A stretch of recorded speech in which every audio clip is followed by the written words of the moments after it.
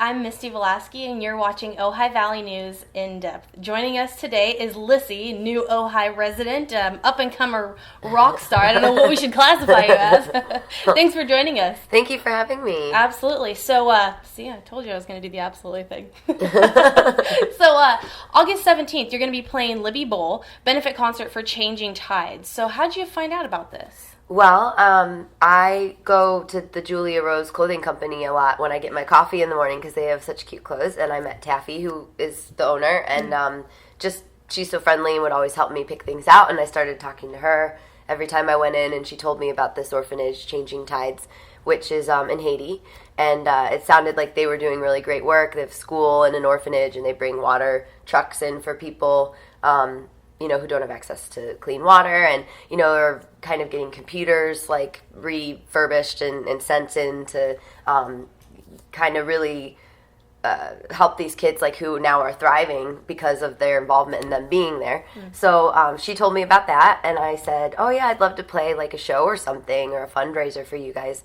And then, like, I kind of was on tour and didn't have time, and I couldn't commit, so didn't happen for a while. And then finally, maybe a month or two ago, sat down with Taffy and Vance, who she introduced me to. So Vance is from Changing Tides, and we hashed out the details, and they booked the Libby Bowl, and now it's really seems to be coming together. I just got back in town, so I feel like I haven't been doing as good of a job at, like, getting the word out, but I already think it seems like, people seem to know it's going to happen. So basically, we're playing a concert at Libby Bowl August 17th, 6 to 10. $15 to be on the lawn, $20 for the seated area, and all the proceeds go directly to Changing Tides. Changing Tides Orphanage doesn't have, like, the charity itself doesn't have, like, a lot of overhead, so pretty much all the money will go directly to helping the kids. And and it was the least I could do to get involved, and it'd be great to play Libby Bowl as well. So right, have you ever seen anything out there? I haven't. I've been near it, like, when stuff's going on, but I haven't gone in. I watched, like, the eclipse kind of near there and bought some eclipse viewing glasses from them, but didn't go into the actual concert. So I'm looking forward to it. Yeah. So you've been here for 3 years now? Yeah, it was 3 years, July 1st, and I was amazed. Like, it's gone really fast. So I think that's a sign I'm getting older. So why Ojai? Well, like, the long story short of it is, so I grew up, like, kind of in the Midwest, not in, like, a small town, like, in a city, but just had more space and a yard and sort of really, like, nature, and grew up sort of going canoeing and kind of really enjoying being outdoors. And when I was 21, I moved to LA to, make it, to find a manager or get a record deal, or, just sort of went there very naive, thinking that, if I just went out and did gigs, I'd be discovered. But that's sort of what happened. I went out and played a show and ended up getting,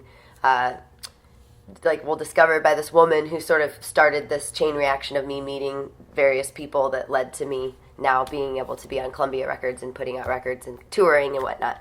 So after I sort of had established all those ties, I'm like, I don't need to live in the city. I can move. So I randomly sat next to someone on an airplane that was from Ojai. I had some friends who would always talk about how great Ojai was, and I sight unseen just decided to move here. Found a place on Craigslist and had never been here. Just put all my stuff in a truck and called the lady, like, can I rent the place? And I was sort of, like, real heartbroken at the time too. I had a long relationship ended, and I was a little lost, so just very impulsively showed up here July 1st, 2009, and I loved it. It really worked out well. It could have gone really bad, but it worked out great, and I love it here. I love just sitting outside on my porch, like, going hiking, going swimming, People are nice. Good pace.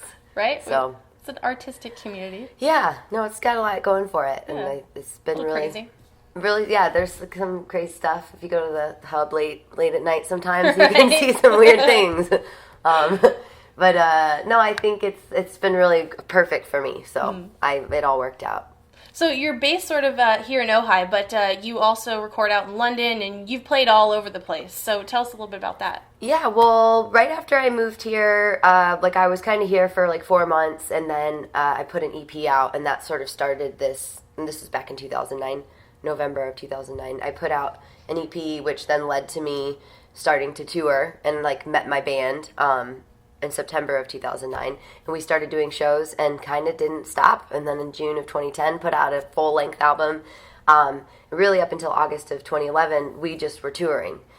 So that's sort of just around promoting the record, and you play festivals and you do radio promo and you know, do interviews like this. And so there's this constant momentum, and you really have to, like, you know, follow it. So for about 2 years of my time here, I was maybe home for a week every 2 months or something, you know. But now this last year I've had a lot more downtime because I'm writing to make a new record. So now I've been able to really have this be home, and enjoy being at home. But yeah, it's great to get to tour and travel. But when I'm off, I really like to I don't go on vacation or anything. I'm just like, well, it's kind of like going on vacation to go home because it's so beautiful here. Right? So, yeah. So you mentioned you're writing an album. When's that coming out? It's hopefully coming out in March of 2013. I think it's coming out in March. It could be April. I'm starting it September 3rd. So knock on wood, you know, that it all pans out like the way I hope, because it's taken a while to get everything ready to make the record. I kind of thought I was going to do it like in January and then in May, and now we're in September and I haven't started it. But now it's looking like it's all okay. Now we're going to hit the ground running. Nice. So you've covered a lot of different people. I mean, Lionel Richie, Kid Cudi, Lady Gaga. But when you're writing, what do you write about? What do you care most about when you're writing? Well, the best stuff, I think, just sort of seizes me in a moment, and I can't really force it. Like, you know, it'll be a reaction to something I felt, and then I kind of will start to hum a melody and like a little bit of lyric. And I have a lot of those bits that never turn into anything. Other times, you know, I really am able to finish them and write a full song. But I do a lot of co-writing now, so sort of drawing on memories of things I've experienced. There's a lot of stuff, you know, there's a lot of good resource material or source material with the, like, past breakups and relationships. Like, romance and love, that stuff is so really just full of inspiration, because there's a lot of that, I think, for me, and then I think for everyone. That's just a hot topic that and it's therapy. It's therapeutic. Yeah, there's a lot of like release that comes with being able to take something you're going through and sort of put it into this succinct little 3 minutes, and then push it out into the world and get rid of it. Like, it's not my problem anymore. And then people can relate, and then you have that kind of, it's great, because I think it, not to sound like, you know, pretentious or something, like, but I really do think music, you know, and I've seen my music sort of help people get through stuff, and that's a real rewarding thing, to have your heartache turn into a song that then helps someone else get through their heartache. So that's pretty cool. But I write about my opinions on, you know, I have this song I'm working on that I finished pretty much about mountaintop removal, you know, topical things that I see in the news or in the environment that outrage me or make me think of a story. You know, it's really just, I have to let the stuff kind of happen when it wants to. Right. But yeah, lots of love and sort of longing and some opinions. I try not to get like too political, but... But, you know, one of your songs, Cuckoo, you talk about being defiant. And I've read that you think you're a little bit impulsive, too. Is that part of your appeal? I mean, because everybody kind of wants to just do those things. You know, I have these things inside of me that I want to do. And so maybe people really relate to that?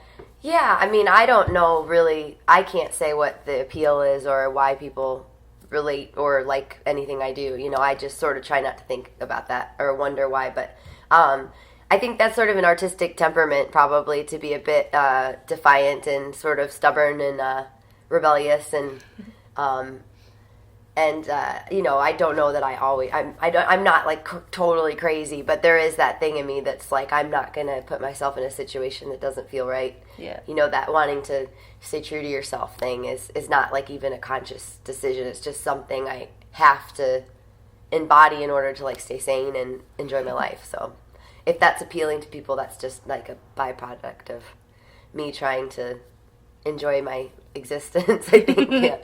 So you don't really listen to very much music, but do you have any idols?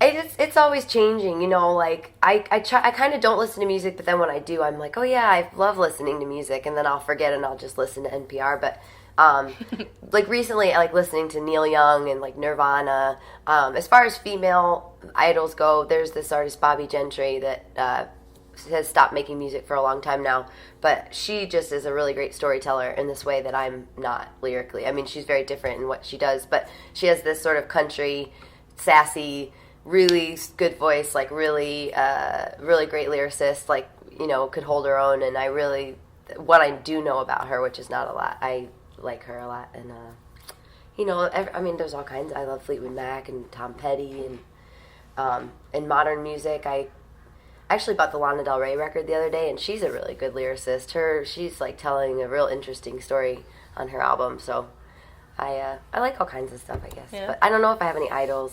I bought some Bruce Springsteen on iTunes the other day. He's a pretty cool guy. I noticed one of your interviews you were talking about Hall & Oates, and I was just like, yes! That's a new thing. I've gotten really into listening to Hall & Oates. My friend Sarah, we had their Pandora station going, and I was like, oh, Hall & Oates, I'd forgotten about this. Wow, right? So right. Feels so right to listen to Hall & Oates. It goes back to, like, early 80s roots. Yeah, it reminds me like roller skating and going to the roller rink or something, and, like, roller skating to Maneater, but I really like, I can't go for that. And right? No. Yeah. No can do. Yeah, exactly. So what matters most to you?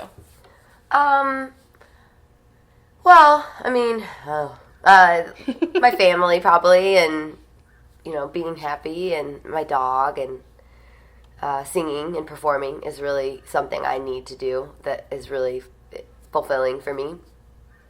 You know, so really just like my loved ones and enjoying myself, and getting to be in cool situations where I am able to perform and be creative and make music, and, you know, be with people I enjoy being around. Like, I really enjoy being around my band. They're fun guys. They're really nice. And Eric actually lives here in Ojai. Nice. And he moved here 2 years ago. And then Jesse, we met here, who's Jesse Siebenberg, is our new kind of multi-instrumentalist drummer. He's been here a long time. We met him here. And then Eric Sullivan, the guitar player, moved here a couple years ago because his daughter was here with his ex-wife. So it's really worked out that a lot of us ended up here. So thanks so much for coming on and talking to us. Yeah, thank you for having me. I'm such a, like, I blabber on. I just cannot, I'm not very, I'm long-winded. That's what I'm trying to say. Artistic. Oh, thanks. Yeah, I don't know. So be sure to check out Lissie on August 17th at Libby Bowl, 6 to 10. You can find information at libbybowl.org. I'm Misty Velasky. This is Lissie. This has been Ojai Valley News in Depth.